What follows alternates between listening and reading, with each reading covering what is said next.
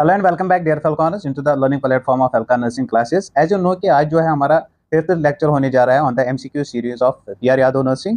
तो सेशन की शुरुआत करते हैं हमारे पहले क्वेश्चन से। पहला क्वेश्चन जो है हमारा that is the diabetes insipidus is caused by the deficiency of which hormone. देखिए डायबिटीज इंसिपाइडस क्या होती है, इसमें कौन कौन सी बॉडी में चेंजेस आती है, उससे पहले हमें अवेयरनेस होनी चाहिए रिगार्डिंग द एडीएच कि ये एडीएच जो है ये क्या करता है, प्लस इसकी सिक्रेशन वगैरह वो कहाँ से होती है। तब जाके जो है हमें आइडिया मिल सकता है कि क्या कंडीशन डेवलप हो सकती है in case of the diabetes insipidus. As you know कि एडीएच को हम एंटी डायूरेटिक हार्मोन बोलते हैं।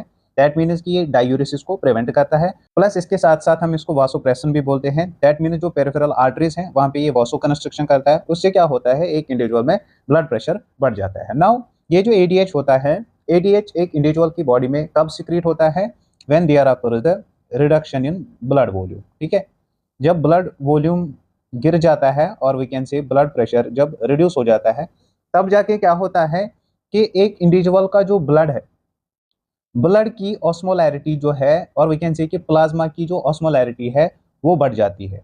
नाउ प्लाज्मा ऑस्मोलैरिटी कब बढ़ेगी, जब जो प्लाज्मा होता है, जब ऑब्वियस सी बात है उसमें क्या होगा, जो वाटर कंटेंट होगा विद इन द प्लाज्मा वो कम हो जाएगा। जब वाटर कंटेंट कम होगा तो ऑब्वियस सी बात है जो इलेक्ट्रोलाइट्स की कंसंट्रेशन है वो बढ़ेगी वहां पे। स्पेशली हम बोलते हैं कि जब सीरम और प्लाज्मा सोडियम की कंसंट्रेशन बढ़ जाती है तब जाके रिलीज हो जाता है एडीएच। अब जो ब्लड होता है, ब्लड में दो चीजें जो है वो ऑस्मोटिक प्रेशर मेंटेन कर देती है। पहला है albumin and second is the sodium. Now अब अगर सोडियम बढ़ता है with in the blood stream तो ऑब्वियस सी बात है जो प्लाज्मा ऑस्मोलैरिटी है वो इंक्रीज हो जाएगी। जब ये प्लाज्मा ऑस्मोलैरिटी इंक्रीज हो जाती है तो जो हाइपोथैलेमस होता है, हाइपोथैलेमस में कुछ रिसेप्टर्स होते हैं जिनको हम बोलते हैं ऑस्मो रिसेप्टर्स। नाउ ये osmoreceptors due to this increased osmolarity क्या होते हैं, स्टिमुलेट हो जाते हैं और ये सिक्रिएट करवाते हैं ADH, ADH from the posterior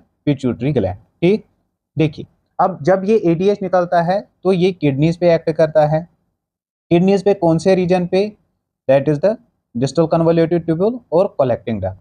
ठीक, नाउ ये जो एडीएच होता है मींस ये एक्ट करता है on the DCT and the collecting duct. वहां पे ये क्या करता है, ये रीअब्सॉर्ब करवाता है वाटर को। जब रीअब्सॉर्ब होगा वाटर तो जाहिर सी बात है ये जो प्लाज्मा ऑस्मोलैरिटी बढ़ गई थी ये अपनी नॉर्मल रेंज पे आ जाएगी। अब कोई इंडिविजुअल ऐसा है, इंडिविजुअल को क्या है, एडीएच की डेफिशिएंसी हो गई है। नाउ अगर एडीएच की डेफिशिएंसी हो गई है तो यहाँ पे ये जो वाटर रीअब्सॉर्ब हो रहा है ये नहीं होगा।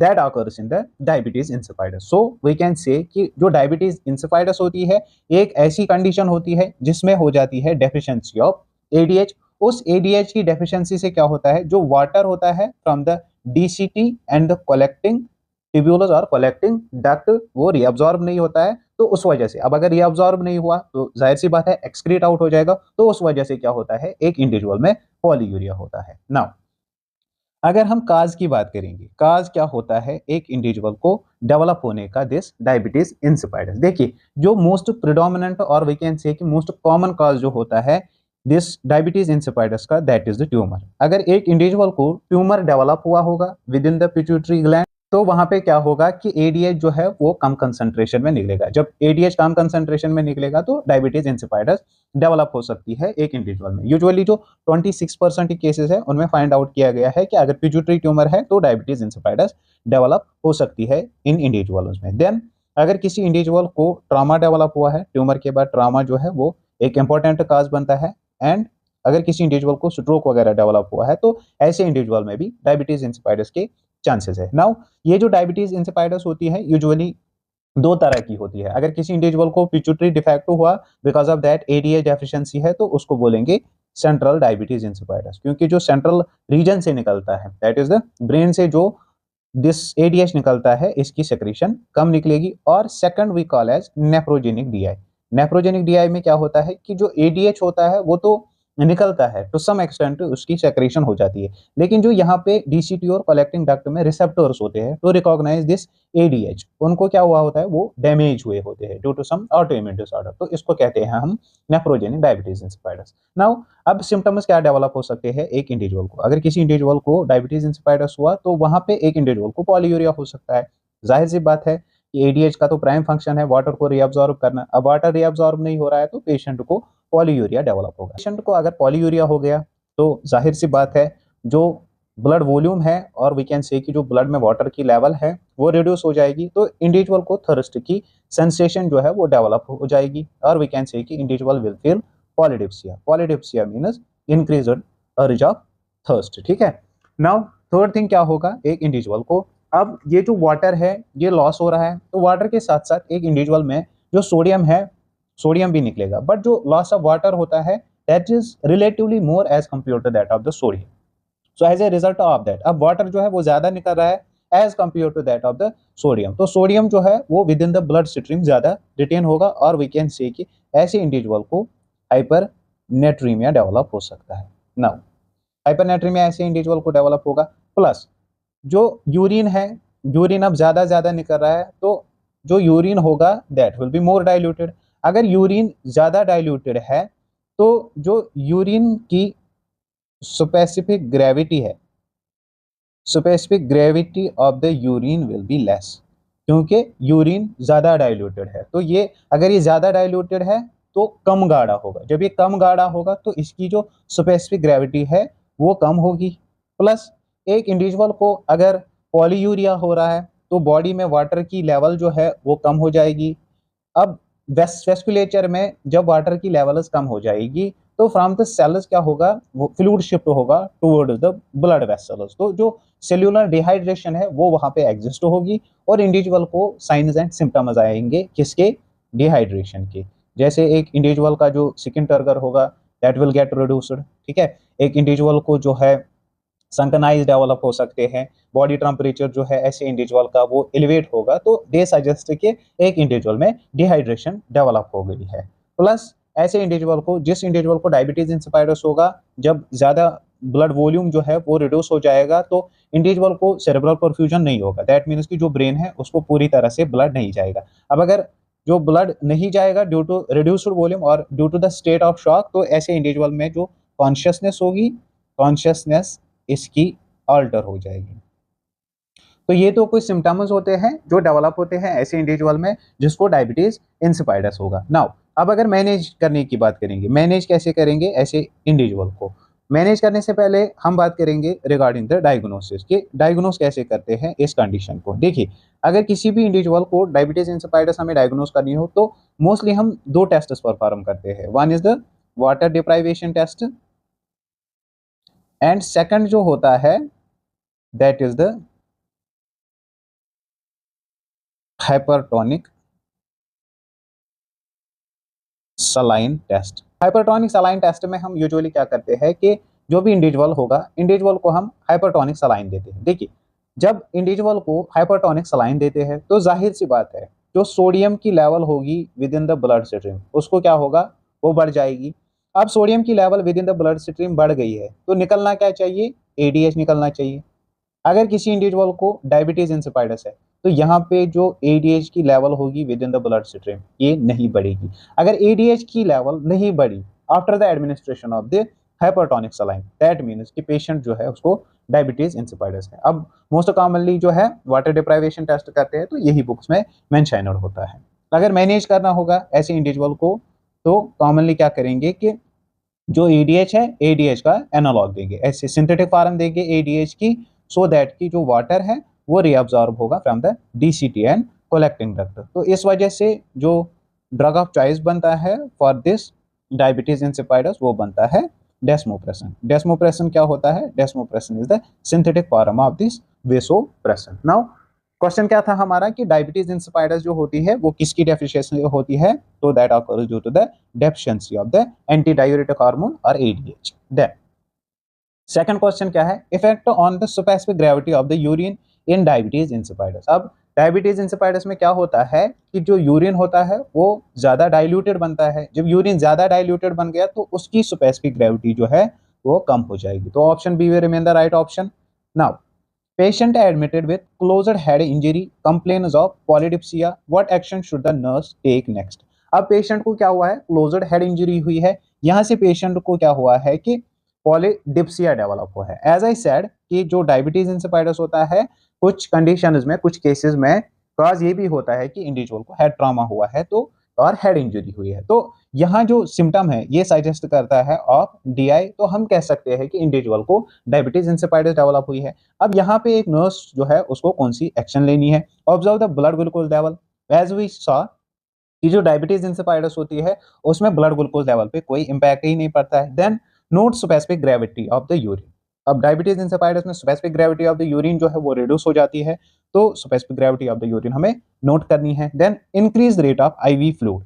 अब इंडिविजुअल जो है इसमें रेट ऑफ आईवी फ्लूइड जो है वो हम इंक्रीज कर सकते हैं but on prescription. Second thing देखिए, अगर कोई इंडिविजुअल है डायबिटीज इंसिपिडस का, ऐसे इंडिविजुअल में विद कॉशन अगर हमें आईवी फ्लूइड की रेट इंक्रीज करनी होगी, जो आईओ मॉनिटरिंग होती है वो क्रूशल होती है इनके सब डायबिटीज इंसिपिडस पेशेंट। क्यों होती है? फर्स्ट थिंग, एक इंडिविजुअल को बिकॉज ऑफ द पॉलीयूरिया जो है डिहाइड्रेशन डेवलप होगी।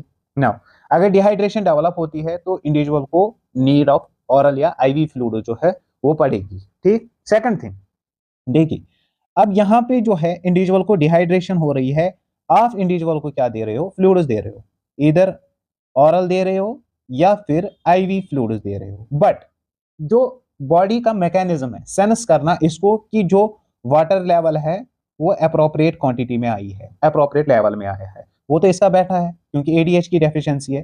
तो ऐसे इंडिविजुअल में चांसेस है कि अगर हम इसको फ्लूइड्स देंगे ऑरल या आईवी, वाटर इंटॉक्सिकेशन होगी,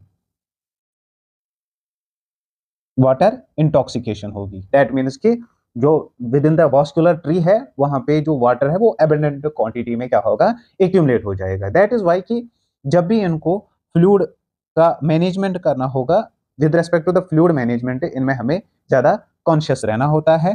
देन एडमिनिस्टर एल्ब्यूमिन, एल्ब्यूमिन जो है वो इसमें एडमिनिस्टर नहीं करते हैं। ठीक। Then next question is, which endocrine disorder would the nurse assess for in the child who has closed head injury with increased ICP? अगर closed head injury हुई है और जो ICP है इसका एक इंडिविजुअल का, ये बच्चे का, वो बड़ा है, तो कौन से डिसऑर्डर के लिए हम इसको एसेस कर सकते हैं? फियोक्रोमोसाइटोमा नहीं होगा क्योंकि उसमें जो है pheochromocytoma because of head injury develop नहीं होता है। देन डायबिटीज इंसिपिडस जो है वो डेवलप होती है due to the head injury. Hashimoto's autoimmune disorder होता है, ठीक है। And this gynecomastia, that is the enlargement of the breasts in males that usually occur due to the hyperprolactinemia। तो यहाँ पे राइट ऑप्शन जाएगा diabetes insipidus. Then next question is, patient with diabetes insipidus characteristically complaints of. किसी भी individual को diabetes insipidus होगा तो most commonly जो है वो कंप्लेंट करता है ऑफ थर्स्ट, क्योंकि इसमें वाटर लॉस जो है वो ज्यादा होता है। Then diagnosis of diabetes insipidus is confirmed by, as I said कि जो डायग्नोसिस करते हैं of diabetes insipidus, one is done by the this water deprivation test and another is done by the hypertonic saline test. ठीक है, तो right option will be option A. Then what should be included in the nursing care plan for a patient with diabetes insipidus? कौन सी चीज जो है वो include कर सकते हैं हम इन the nursing care plan of A patient with diabetes insipidus? Blood pressure every hourly, क्या ब्लड प्रेशर हमें एवरी आवरली मॉनिटर करना है? देखिए, जब भी एक इंडिविजुअल को डीआई होगा तो यहाँ पे यूजुअली जो हाइपोटेंशन डेवलप होगा that will be the postural hypotension. और दो कि इन द सीवियर केसेस जो है पेशेंट इन शॉक चला जा सकता है, बट इनिशियल फेजेस में एक इंडिविजुअल को पोस्चुरल हाइपोटेंशन होता है। जब पोस्चुरल हाइपोटेंशन होगा तो इस फ्रीक्वेंसी पे हमें जो है ब्लड प्रेशर मॉनिटर नहीं करना है। Then strict intake and output. ठीक, अब पेशेंट जो है, पेशेंट को डिहाइड्रेशन हो रही है तो डिहाइड्रेशन को ओवरकम करने के लिए हमें क्या है? इनटेक और आउटपुट देखना है। Plus in case of the DI there are the chances of water intoxication, तो for that purpose as well हमें पेशेंट का इनटेक आउटपुट देखना है। देन कीटोन बॉडीज के लिए नहीं देखना है, ये डायबिटीज मेलाइटस में डेवलप होता है usually, in case of the type 1 diabetes insipidus में नहीं होता है, और ग्लूकोज जो है उस पर कोई इंपैक्ट ही नहीं पड़ता है।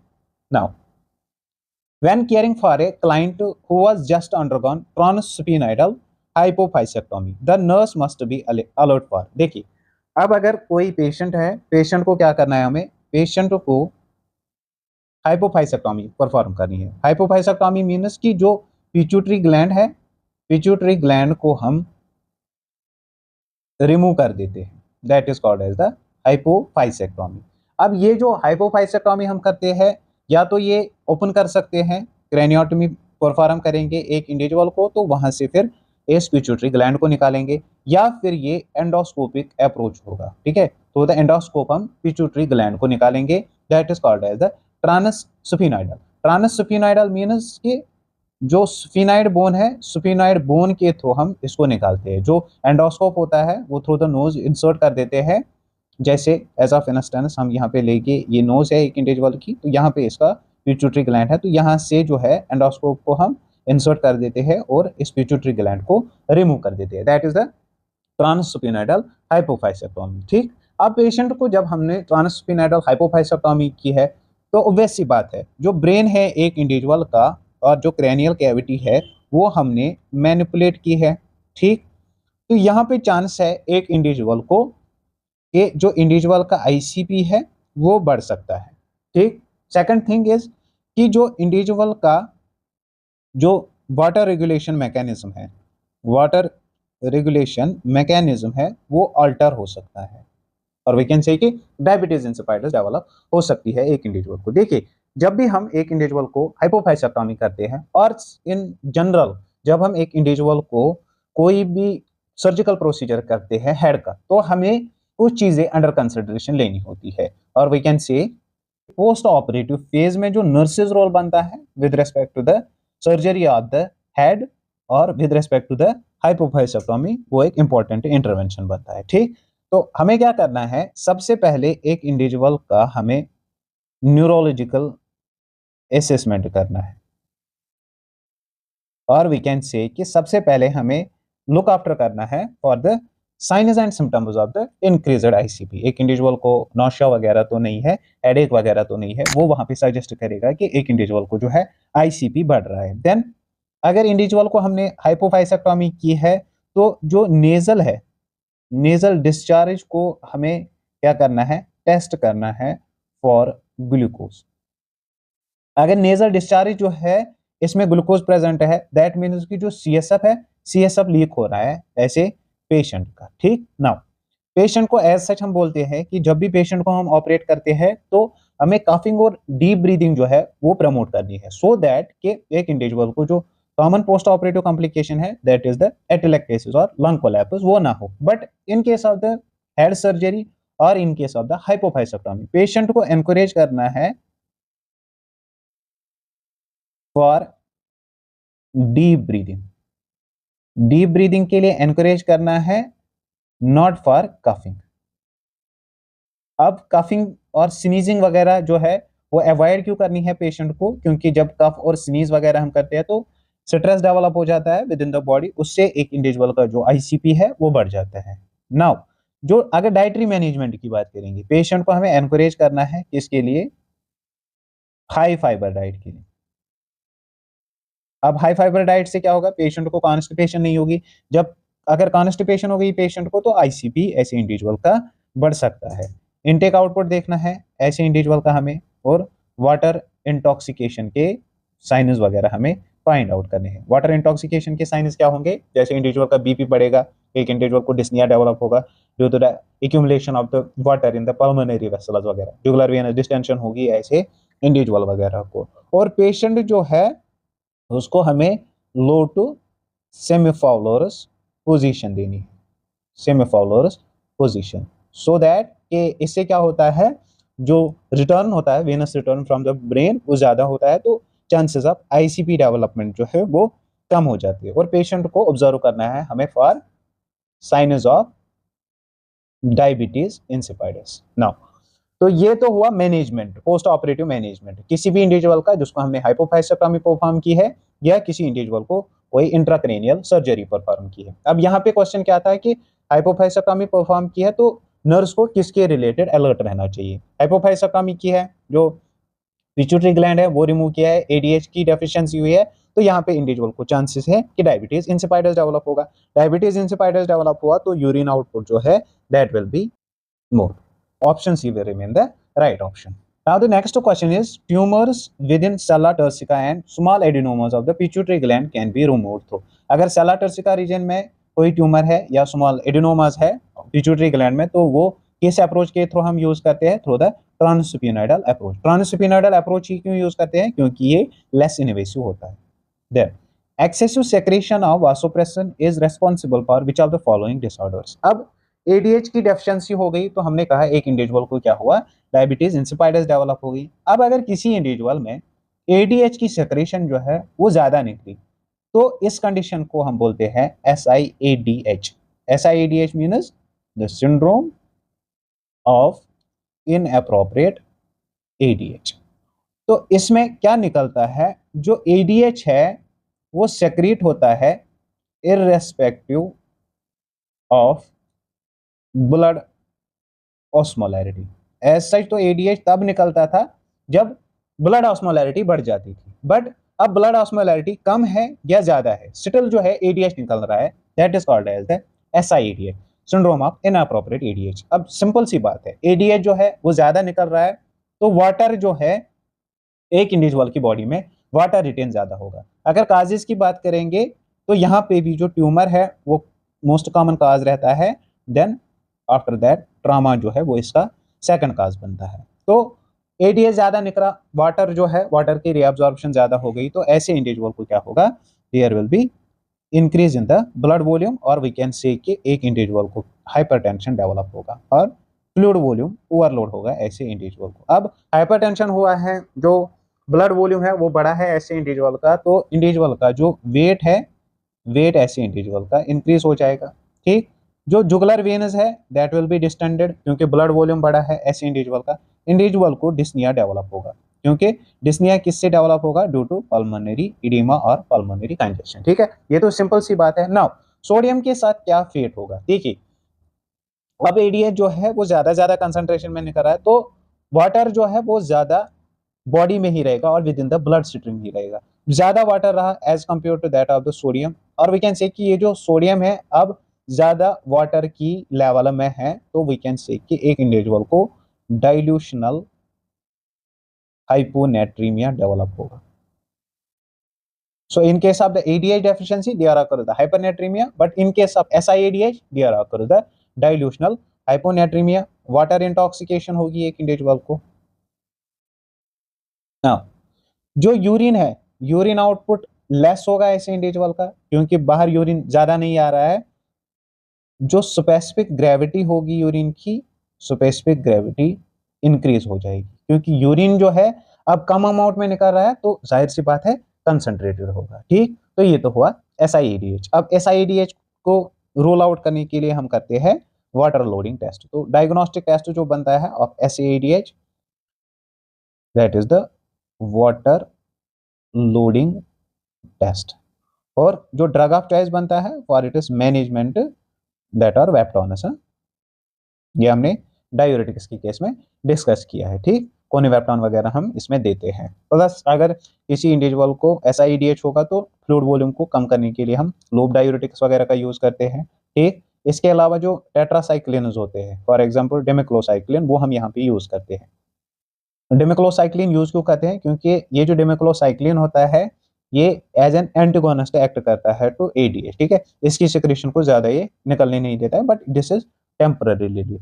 Now next question is normal level of fasting blood sugar. देखिए फास्टिंग ब्लड शुगर हम कब करते हैं to rule out the diabetes, कौन कौन से टाइप्स वगैरह है, क्या क्या चेंजेस आती है, क्या होता है एक इंडिविजुअल में, वो हमने ऑलरेडी डिस्कस किया है। अब यहाँ पे हम थोड़ी बात करेंगे regarding the diagnostic test.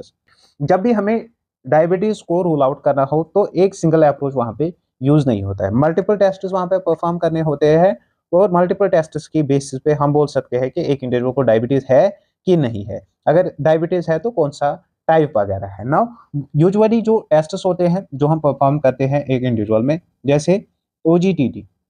Now OGTT क्या होता है, that is the oral glucose tolerance test. OGTT जो होता है ये as a confirmatory diagnostic test होता है for diabetes mellitus, but in pregnancy, जिसको आप क्या बोलते हो, that is called as the GDM, gestational diabetes mellitus. अब यहाँ पे कुछ बुक्स ऐसा लिखते हैं कि जो OGTT होता है that is a confirmatory test for diabetes, but due to OGTT आप टाइप 1 डायबिटीज जो है उसको डायग्नोस नहीं कर सकते हो। तो बिकॉज ऑफ दैट ये जो है कंफर्मेटरी डायग्नोसिस नहीं बनता है। और भी कुछ रीजंस है इसके जिससे ये कंफर्मेटरी डायग्नोसिस नहीं बनता है, वो हम थोड़ा आगे जाके देखेंगे। तो जब भी हमें एक इंडिविजुअल में ओजीटीटी करना हो तो वहाँ पे कुछ प्रिपरेशंस होती है, जैसे इंडिविजुअल को 10 to 12 आवर्स हमें एनपीओ रखना है, ठीक है। इंडिविजुअल को एडवाइस करना है कि 8 आवर्स से पहले जो है कोई स्ट्रेनस एक्सरसाइज नहीं करनी है, ठीक। और पेशेंट को हम एडवाइस करते हैं कि 3 से 4 दिन जो है आपको कार्बोहाइड्रेट रिच डाइट लेनी है, ऑलमोस्ट डेली आपको 150 ग्राम्स ऑफ कार्ब्स मिलने चाहिए, ठीक। तो पेशेंट जो है उसको हम टेस्ट कब परफॉर्म करते हैं, मॉर्निंग में परफॉर्म करते हैं टेस्ट, ठीक।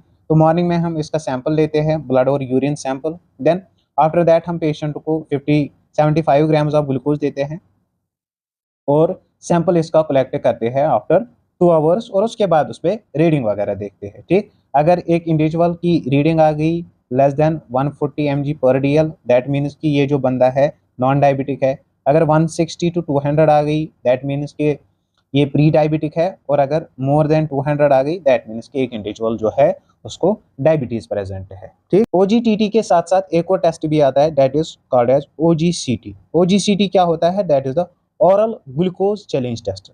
ओरल ग्लूकोज चैलेंज टेस्ट और टॉलरेंस टेस्ट में डिफरेंस क्या होती है, देखिए यहाँ पे हम 75 ग्राम्स जो है वो ग्लूकोज यूज करते थे, यहाँ पे 50 ग्राम्स ऑफ ग्लूकोज हम यूज करते हैं।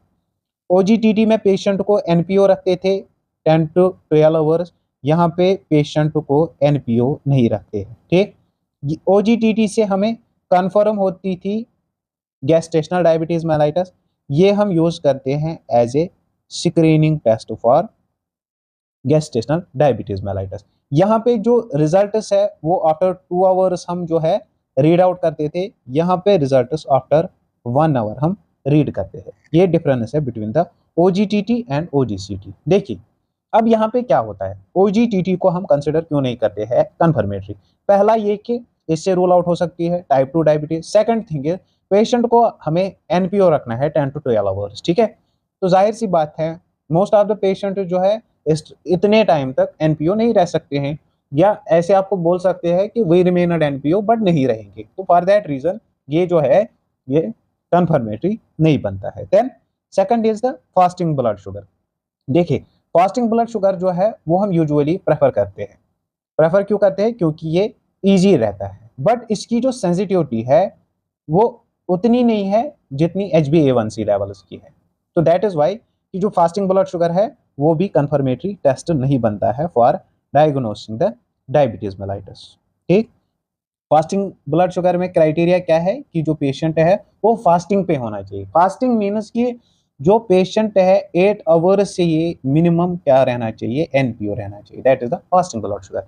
अब फास्टिंग ब्लड शुगर में हम पेशेंट को सैंपल या तो विड्रॉ करते हैं या फिर ग्लूकोमीटर से परफॉर्म करते हैं, इजी सी बात है। तो अगर 70 to 100 mg पर DL है means the patient is normal, ठीक है।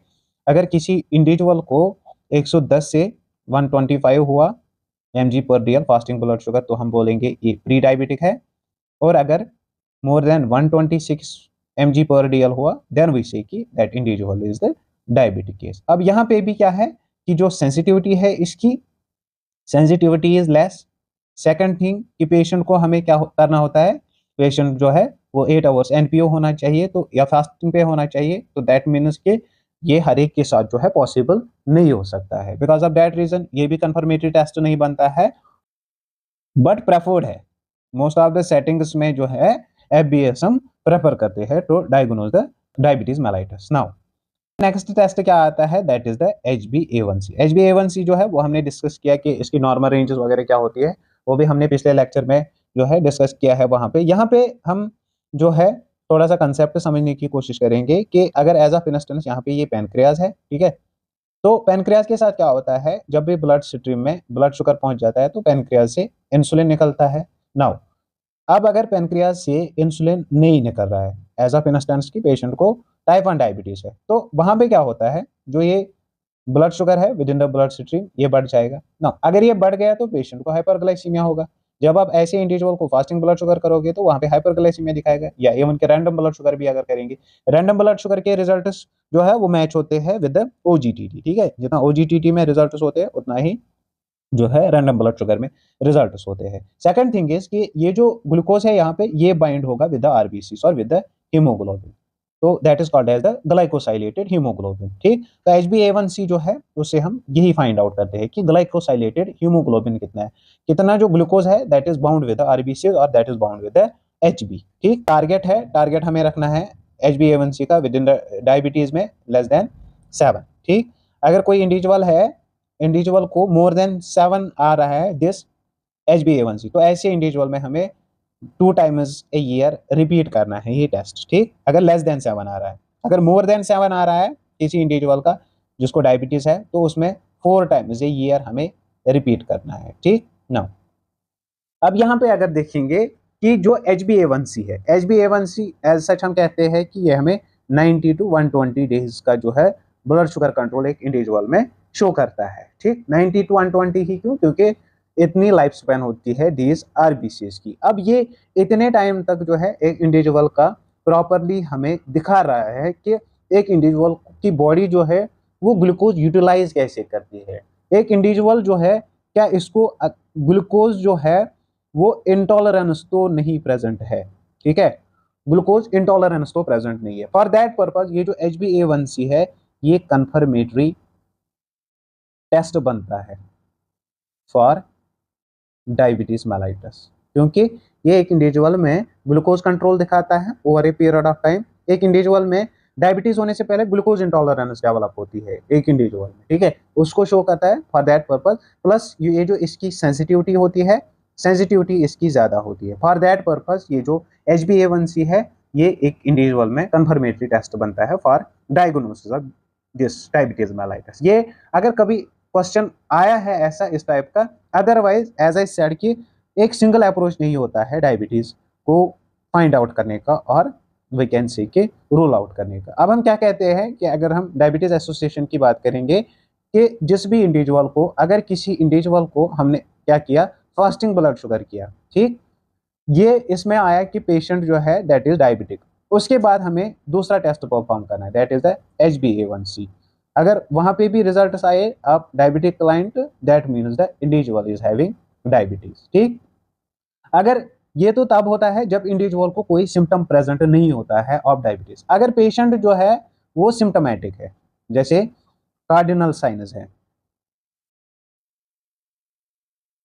सिम्टोमेटिक, हाँ कार्डिनल साइनस है डायबिटीज के, पॉलीयूरिया है, पॉलीफीजिया है, पॉलीडिप्सिया है, तो प्लस ऐसे कंडीशन में जो है एक टेस्ट पॉजिटिव होना चाहिए।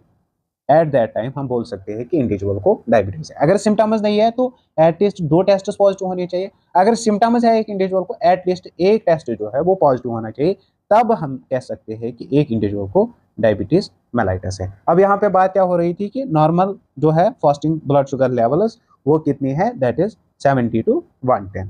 नाउ फाइनल क्वेश्चन क्या है, early morning increase in the blood sugar that is the breakfast hyperglycemia is called as. देखिए, एक इंडिविजुअल जो डायबिटीज का होता है उसमें जो है शॉर्ट टर्म कॉम्प्लिकेशंस भी डेवलप हो सकती है, लॉन्ग टर्म कॉम्प्लिकेशंस भी डेवलप हो सकती है। ठीक है, जैसे हाइपोग्लाइसीमिया डेवलप हो सकता है एक इंडिविजुअल में, DKA, हाइपरग्लाइसीमिक हाइपरऑस्मोलर सिंड्रोम हो सकता है। ठीक है, या इंसुलिन एडमिनिस्ट्रेशन के रिलेटेड जैसे लिपोडिस्ट्रॉफी होती है, लिपोएट्रोपी वगैरह होती है। ठीक, तो कुछ इफेक्ट्स ऐसे होते हैं जो because of the this improper management of the insulin develop हो जाते हैं। तो वो 2 कॉमन इम्पैक्ट्स कौन से हैं, इफेक्ट्स कौन से हैं, one is the Somogyi effect and another is the dawn effect. Now देखिए, डॉन फिनोमेनन और डॉन इफेक्ट क्या होता है।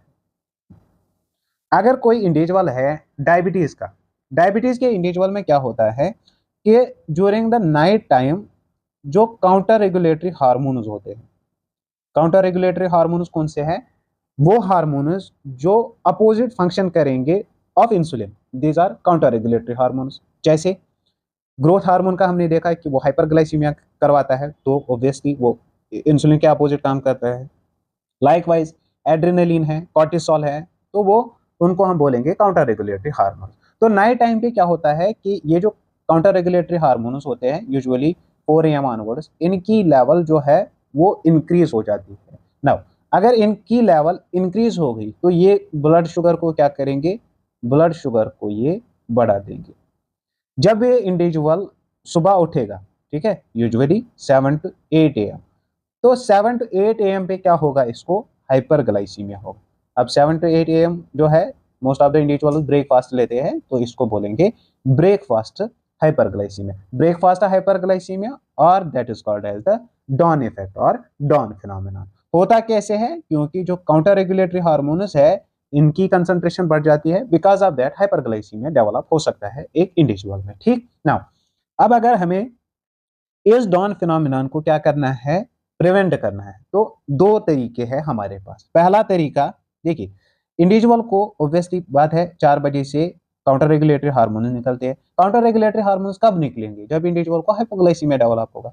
तो अगर हम इंसुलिन जो है, इंसुलिन नाइट टाइम पे थोड़ा डिले करेंगे, जैसे हम शाम को 8 बजे इसको क्या देते थे, इंसुलिन देते थे, तो 4 बजे इसको काउंटर रेगुलेटरी हार्मोन निकलने शुरू हो जाते थे। अब अगर पेशेंट को हम 10 बजे इंसुलिन देंगे तो 6 बजे ये निकलने शुरू हो जाएंगे। ठीक है, तो 8 बजे के बजाय इसको चांसेस है फिर 10 बजे हाइपरग्लाइसीमिया हो सकता है, जो यूजुअली नहीं होता है, क्योंकि फिर इंडिविजुअल जो है एक्टिविटी वगैरह कर देता है। ठीक, तो या तो हमें इंसुलिन जो है वो डिले करना है शाम के टाइम पे। दूसरा चीज हमें क्या करना है कि जो इंडिविजुअल है, इंडिविजुअल का इंसुलिन डोज हमें बढ़ा देना है। जब आप इंसुलिन का डोज बढ़ा देंगे तो मॉर्निंग में हाइपरग्लाइसीमिया के चांसेस जो है वो कम एग्जिस्ट हो सकते हैं। ये दो चीजें इंपॉर्टेंट है यहाँ पे, एक या तो इंसुलिन को डिले करना है, दूसरा इंसुलिन के डोज को बनाना है with respect to the dawn phenomena. अब स्मोगी फिनोमेनन में क्या होता है, देखिए स्मोगी फिनोमेनन में एक इंडिविजुअल जब शाम को वो इंसुलिन वगैरह लेता है तो रात के 2 से 3 बजे एक इंडिविजुअल को हाइपोग्लाइसीमिया डेवलप होता है। क्यों डेवलप होता है, क्योंकि इस इंडिविजुअल ने क्या लिया है, इंसुलिन लिया है। अब जब हाइपोग्लाइसीमिया होगा तो काउंटर रेगुलेटरी हार्मोन्स निकलेंगे। जब काउंटर रेगुलेटरी हार्मोन्स निकलते हैं तो मॉर्निंग टाइम पे एक इंडिविजुअल को क्या होता है, हाइपरग्लाइसीमिया डेवलप हो जाता है। That we call as the Somogyi phenomenon. तो स्मोगी फिनोमेनन में पहले एक इंडिविजुअल को हाइपोग्लाइसीमिया डेवलप हो जाता है, हाइपोग्लाइसीमिया डेवलप होने के बाद जो इंडिविजुअल है उसको हाइपरग्लाइसीमिया डेवलप हो जाता है। नाउ तो मेन ट्रिगर क्या है इसका, हाइपोग्लाइसीमिया। तो हमें क्या करना है, हमें हाइपोग्लाइसीमिया को प्रिवेंट करना है सो दैट के एक इंडिविजुअल को फिर मॉर्निंग में हाइपरग्लाइसीमिया ना हो। कैसे प्रिवेंट कर सकते हैं, एक इंडिविजुअल का जो नाइट का डोज है ऑफ इंसुलिन वो हमें रिड्यूस करना है। जब हम night dose of insulin reduce करेंगे तो रात को 2 बजे जो है कम चांसेस है हाइपोग्लाइसीमिया होने के। सेकंड थिंग, अगर इस इंडिविजुअल को बेड टाइम स्नैक्स देंगे, जब हम बेड टाइम पे स्नैक्स देंगे तो 2 से 3 बजे कम चांसेस है फॉर डेवलपिंग द हाइपोग्लाइसीमिया। और इस स्मोकी फिनोमेनन को हम बोलते हैं रिबाउंड हाइपरग्लाइसीमिया। ठीक, तो अगर किसी इंडिविजुअल को अर्ली मॉर्निंग में इंक्रीज हुआ है blood sugar, that is the breakfast hyperglycaemia, उसको बोलते हैं डॉन फिनोमेना। तो this was all regarding the today's lecture. Hope you have enjoyed each and every point. अगर वीडियो सही लगा हो तो लाइक कर देना।